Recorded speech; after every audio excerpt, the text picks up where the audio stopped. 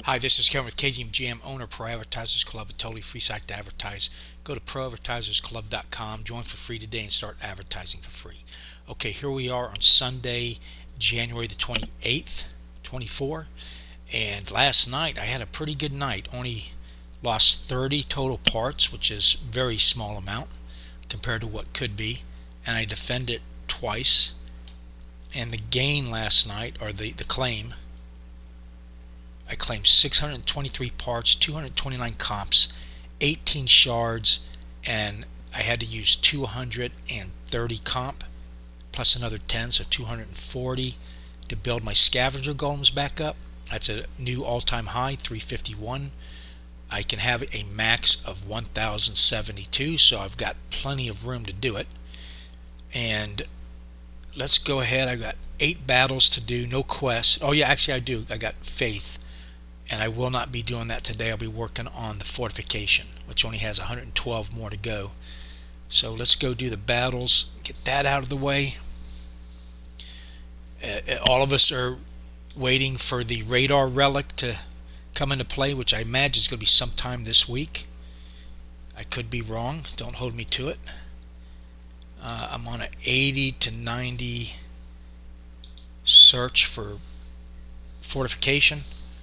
I don't put faith in there. I should, because lower faith would make it probably better. I'll have to experiment with that. I just haven't had the time. All right, let's go. So as long as I get 30 back out of these 8 attacks, I broke even, and then anything other than that is a bonus. And the first battle is a win. And 30. Okay, there you go. I've just broken even. So everything from here on out is a bonus. Now remember, you got to spend 80% of everything you claim or you get penalized. And I usually burn most of it. I have been using the shards lately to go. Okay, look at that. 73 parts. Wow. That was a good battle. Sorry, Sergi or Sergo 1990. But thank you very much. I have been taking the shards and throwing them over on Splinterlands to get more battle wagons, and I'm probably going to continue to do that until I get the 48 battle wagons that I want. And I have 6 right now. But that's the awesome things about this new gaming system, Web3, the exchanges, all that. You can swap everything that's on Hive Engine. You can just swap it out.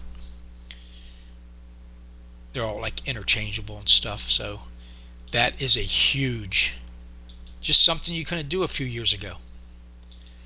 And I've been, asking this question off and on. I've been playing video games since 1980s when I got my first Atari, just like pretty much everybody's story, and that's a win. And since I came across COVID's when I got into online earnings. Anyway, just checking it all out because you're stuck in the apartment, you want to still make money, and came across some of these games, and they said that it was play to earn, and you get hooked on them, stuff like that. But the point I'm trying to make is, not until recently could you actually build equity in a game that you were playing. You just played it without nothing, or you put money into it without nothing back, and you just wrote it off as entertainment. And you still can, you still do. But my point is now, like in this game right here, I put in $10 like everybody else, and I think it's 20 now. I think they upped it to 20. I'm not positive. But I'm building equity in this game every day. The account gets more valuable. Dwayne Cunningham, who does a lot of Splinterlands videos, he brought up the point: what if you can sell your accounts? Which maybe they can do that or can't. I don't know how that would work right now, but it could be in the market one day. But you didn't have that a couple years ago, and so to me, it's the best of both worlds because I have a blast playing these games. But since I've come across it, I don't play Skyrim anymore. I don't play Farming Simulator anymore. And when I tried to play it, it dawned on me, one, I don't have time to play it because the little time I got, I want to go play the games that I can build equity in. Now, I'm not saying those games won't ever have, imagine you're playing Skyrim and you open up a chest, and instead of the game gold, you get tokens that you can take out of the game and save or invest, whatever. So I'm thinking they'll catch up one day. But for me personally, I can't play those games anymore because I know I should be doing something like this. If that makes any sense. And a lot of people get upset about that, but it's the truth. That's where it's going, whether you like it or not. Is those platforms that cater to this, people will eventually stop messing around with those games, because would you rather play Skyrim and build equity, or would you rather play Skyrim and get nothing out of it other than the enjoyment? Because the guy building equity on this Skyrim version is having fun also.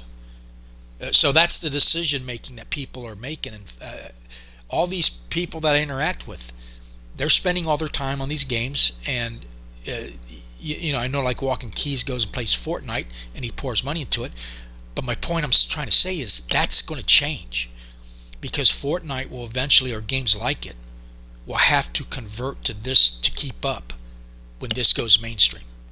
Right now it's still like, in the early days. It might be 5 years away, 10 years away, I don't know. But us people who are in it early, and if we're in the right place at the right time, should do very well. All right, I've gone off on a ramble. Let's claim.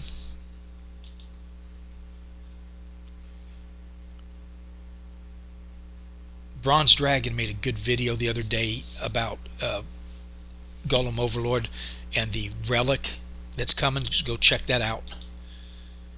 He also does, he covers a lot of games.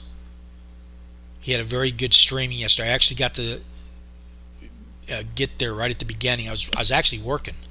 I was door dashing and Walmarting, or sparking, whatever you want to call it. So I got to listen to the entire thing. That was the first time I think I've ever been able to do that. But it's recorded anyway, so you can catch it later on. That's how I used to do it. But it helped me get through a couple hours of work. And then after Sound Gaming did like a 2-3 hour stream. And so by the time I got done streaming 3 different YouTuber videos, I was like 8 hours into work. It was pretty fun. It's fun to listen to that while you're just driving around town, Okay.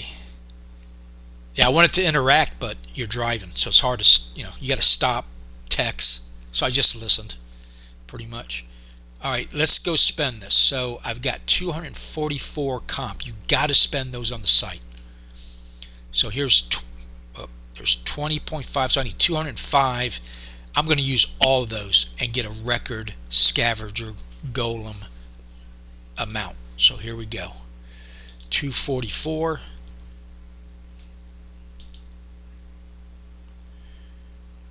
And then the other strategy change is maxing out my reputation.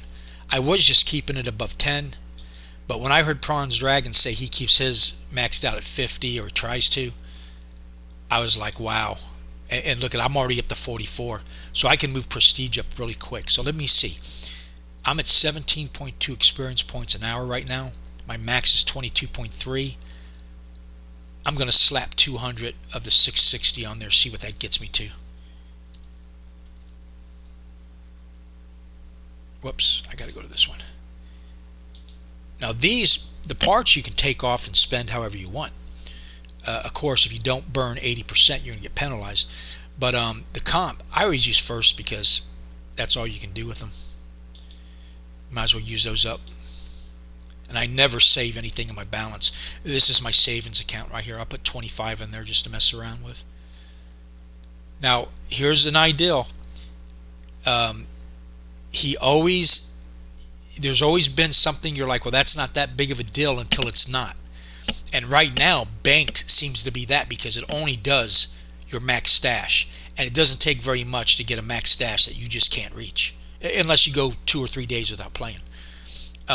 So just be on guard that he might pop in one day and say, oh, by the way, banked is now needed for this.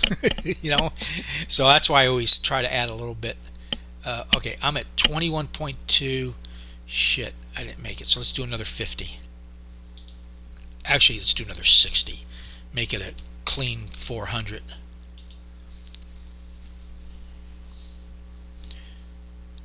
But the speed which he's been able to build this, and I keep saying his name's Yixon, I think. I might be mispronouncing it. I'll get it right eventually. But anyway, he's been adding stuff so fast. I mean, if you're used to the other platforms, as far as speed, implementing new things, he's off the charts. And I think it's just him. So you start asking, well, why is he able to move so quick? I mean, he's got to be an incredible programmer. Maybe he's using AI or something. I don't know. But whatever he's doing, it's working. Keep up the good work. It's absolutely, this game just keeps getting better and better. Okay, I maxed out my experience points per hour, so I might be up. Oh, I'll be up to 50 and prestige 11 by tomorrow, maybe Tuesday morning, if I'm lucky. All right, let's go do my 25 savings account, just in case he decides to make that a lot more important than what it is.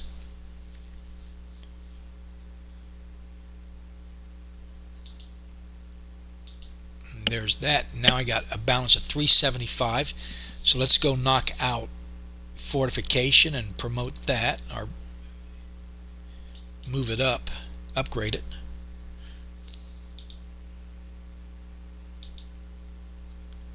I've got 95 shard that I'm saving.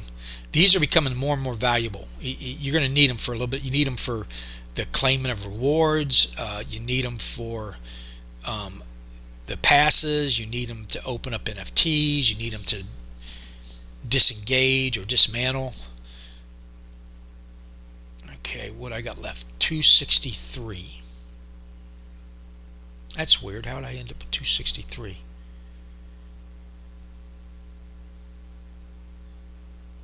Alright, whatever. Oh yeah, because I did the fortification. Okay, so my next one that I'm going to start is going to be, I'm going to do faith, but I'm going to add 63 to my, I always put a little bit on the golem charging station.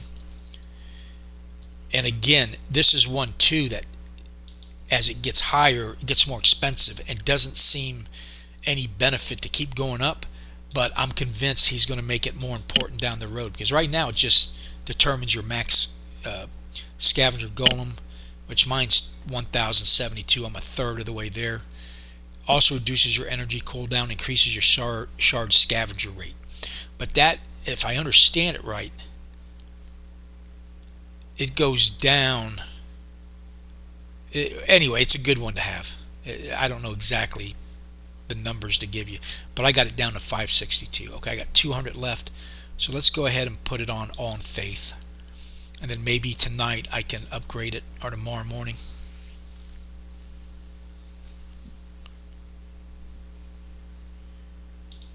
And there we go, and that's it.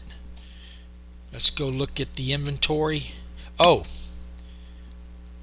I think we moved up in the bunker and we got a slot open, or somebody got a bench. Yeah, we got one slot available.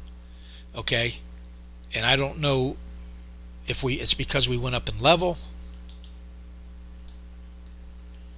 or if somebody bought a bench. If you're in our guild and you don't have a bench, you need to go get one. That's part of the deal of joining the guild. This person bought two. Well, thanks, Eddie. I don't know if you need to, but yeah, seriously, guys, if you're in here, go ahead and grab a bench. I think it's like a couple bucks. It ain't much, but that, let's see how many were.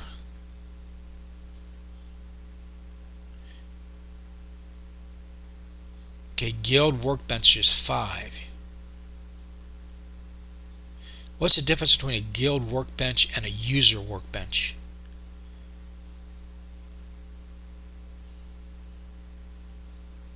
You could buy up to 0 more workbenches to house more members. Okay, so anyway, we got a slot open. Contact Bronze Dragon if you're interested. I'm going to contact him right now. Oh, how do I get back? There we go.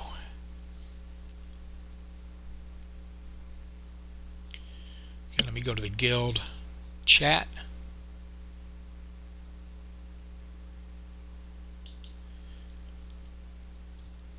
Oh, come on. What is the difference between a guild bench and a workers bench?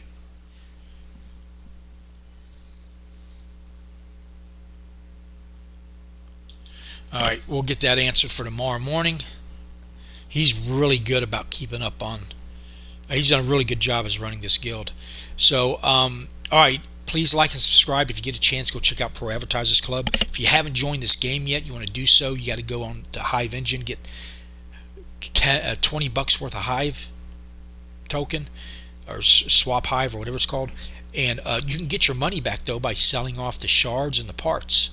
As long as you don't do it all at once because of the 80% rule. And of course, feel free to keep the money in the game and put even more money in, but you don't have to. If you like and subscribe, you can follow and see how I do if you haven't decided yet, and leave a comment below if you can teach anything or you want to ask anything. And thank you for watching. Your time is valuable. I appreciate it. Have a nice day.